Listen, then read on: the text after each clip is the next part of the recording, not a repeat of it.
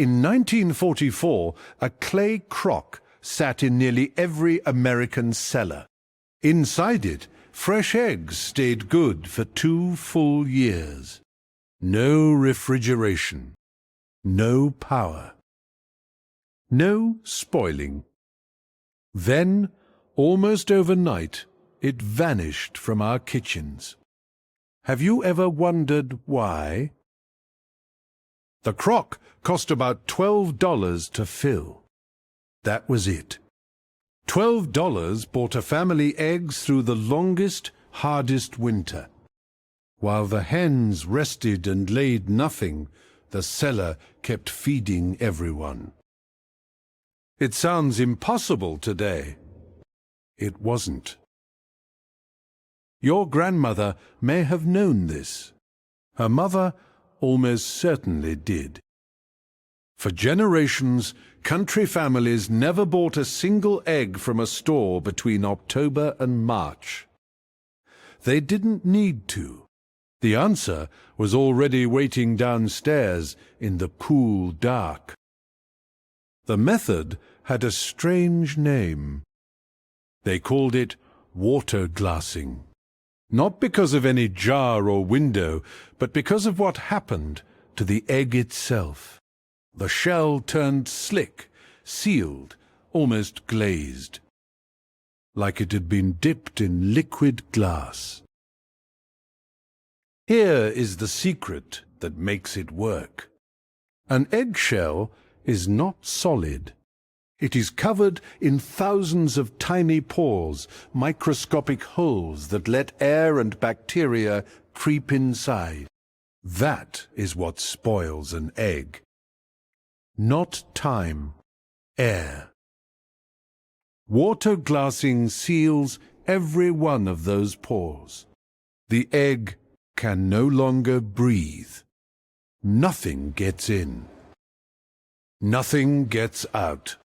The inside stays exactly as fresh as the day the hen laid it, frozen in time without ever being frozen at all.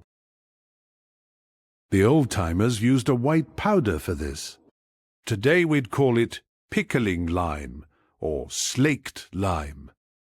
A simple mineral, cheap as dirt, sold by the pound at any feed store. Mixed with water, it became a milky bath. That bath was everything. You took a clean crock. You poured in the lime water. Then, gently, you lowered in your eggs, fresh and unwashed. The eggs sank and settled. You set a lid on top, and then you simply waited. Months, sometimes years. That last part matters more than anything. Unwashed. The eggs had to be unwashed. Every fresh egg comes coated in a natural seal the hen gives it. Wash that away, and you've opened the door to rot before you even begin. The lime did the rest. It crept into the pores and hardened, filling each tiny hole with mineral. It built a second shell, an invisible one, right over the first. Some folks said the eggs came out feeling smoother than when they went in. And it was old, far older than your grandmother. Pioneers crossing the plains carried eggs this way in their wagons. Sailors stored them below deck for long voyages. The trick goes back centuries, passed quietly from one careful hand to the next. The Amish never let it go. While the rest of the country plugged in and forgot, they kept their crocks in the cellar, right where they'd always been. No electric bill. No humming box in the corner. Just lime, water, and patience. Ask yourself something. If a $12 crock could feed a family for 2 years with no electricity, why have most Americans never even heard of it? Why did something so useful, so simple, simply disappear? That is the real mystery here. To understand, you have to go back to the 1940s. Something changed in American kitchens during those years. Something big. And it had far less to do with eggs than it did with money. A great deal of money. The electric refrigerator was new then. Expensive. Companies needed Americans to believe they couldn't live without one.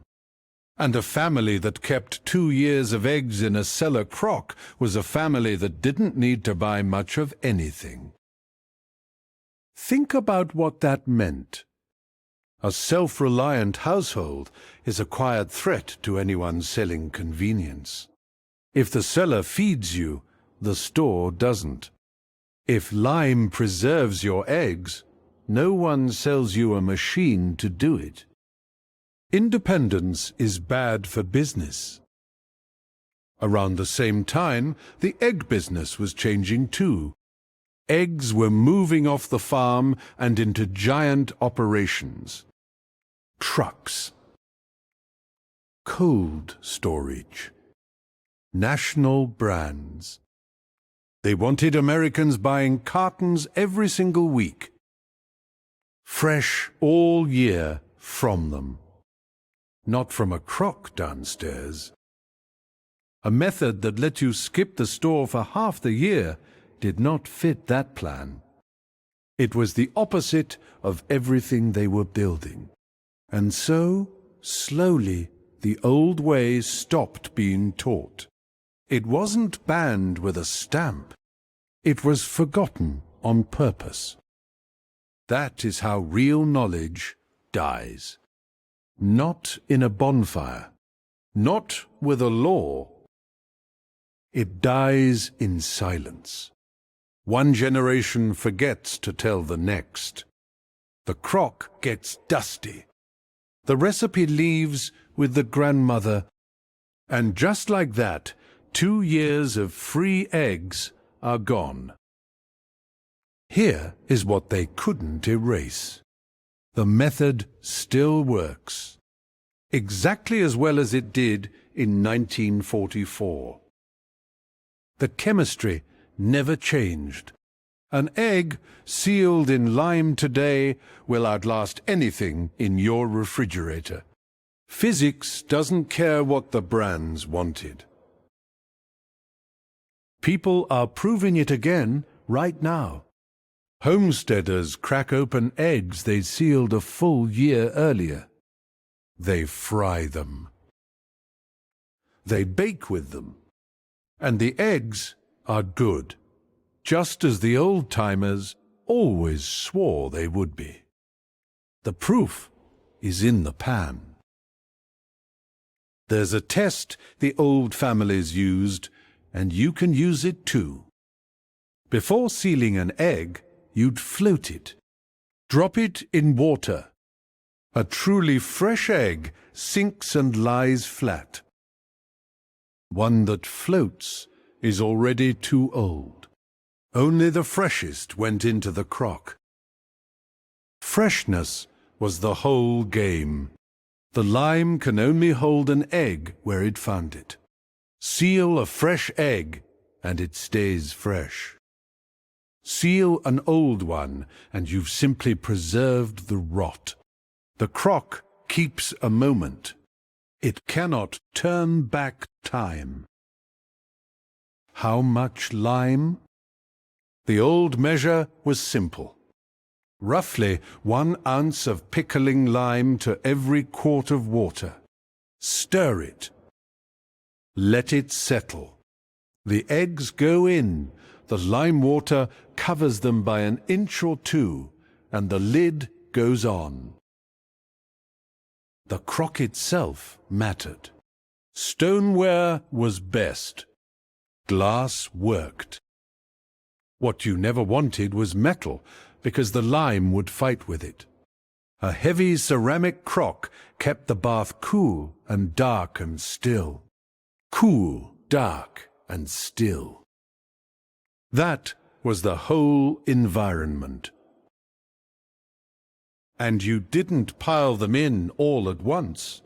Families added eggs as the hens laid them, a few each day, sinking them gently into the same bath all summer long. By autumn, the crock was full. By winter, it was a treasure. There was one rule they never broke. The eggs had to stay under the surface. Always. An egg that bobbed up into the air was an egg exposed, and exposure meant spoiling. So they kept the level topped up, the eggs always drowned in lime. What did they taste like after all that time? Honest folks will tell you the truth. A year-old water-glassed egg is not identical to a fresh one. The white is thinner. But scrambled, baked, or fried, most people can't tell the difference at all. There was one quirk you had to respect. A preserved egg does not hard-boil well. The sealed shell traps it, and it tends to crack and leak in the pot. So you poked a tiny hole in the wide end first. A small trick passed along with the rest. Beyond that, they behaved like any egg. You lifted one out with a clean spoon, rinsed off the lime, and cracked it into the pan. Cornbread, custard, morning eggs in the dead of January. Food that should have been long gone, sitting hot on the plate. Picture the economics for a moment. A laying hen slows down or stops in winter. No daylight, no eggs. That used to mean months with none. The crock erased that entirely. The surplus of June became the breakfast of December. Nothing wasted. Nothing wanting. That is the part worth sitting with. This was never really about eggs. It was about a way of thinking. You took the abundance of the good months and you carried it carefully into the lean ones. You planned. You provided. You were not at anyone's mercy. A cellar full of crocks was a kind of quiet wealth. Not money in a bank, but food in the dark, waiting. A family like that didn't panic when prices jumped or shelves went empty. They simply walked downstairs. They already had what they needed. Compare that to now. We keep maybe a week of food in a cold box that dies the moment the power does. One long outage, and the whole thing turns to waste. The old crock needed no power, no warning, and never once failed in a storm. There is something almost humbling in that. The most reliable food storage system many families ever owned had no cord, no compressor, no brand name on the side. It was a clay pot and a mineral from the earth, and it outperformed the machine that replaced it. We were told that newer always means better. The refrigerator was progress. The store was convenience. And in many ways, they were. But somewhere in that trade, we handed over something quiet and valuable. We forgot how to feed ourselves without them. Ask an older relative sometime. Ask if anyone in the family ever kept eggs in lime, down in a crock. Watch their face. Sometimes a memory stirs. A cellar, a grandmother's hands. A white bath in a brown pot. The knowledge isn't dead, it's just sleeping. Because that's the thing about forgotten skills. They are never truly lost. They are only mislaid, set down by one generation and waiting to be picked up by another. The crock didn't break. The chemistry didn't expire. We simply stopped reaching for it. And people are reaching again. Quietly, in kitchens and on small farms, the lime and the crocks are coming back. Folks tired of empty shelves and rising prices, looking for the old certainty. The same answer their great-grandparents knew, sitting there the whole time. It costs almost nothing to learn. A bag of lime. A crock you might already own. A few dozen fresh unwashed eggs from a neighbor or your own hens. That's the entire toolkit. The same one that carried families through the hardest winters in living memory. And there's a freedom in it that's hard to put into words. To stand over a full crock and know that, whatever happens out there, breakfast is handled. For 2 years. No bill. No cord. No permission needed from anyone. Just you and what you put away.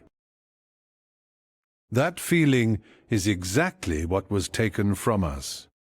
Not by force. By forgetting. The brands didn't need to outlaw the crock. They only needed us to stop teaching it until a $12 solution felt impossible and a monthly grocery run felt like the only way. So the next time you open your refrigerator and feel that small worry about the power going out, remember, there was another way. A slower, surer way that asked for nothing but a little lime, a little patience, and a cool place in the dark. The egg never changed. The hen never changed. Only we did. We traded a crock that asked nothing for a machine that asks for everything, and we called it progress. Maybe it was. Or maybe we just stopped looking down the cellar stairs. So here is the question worth carrying with you.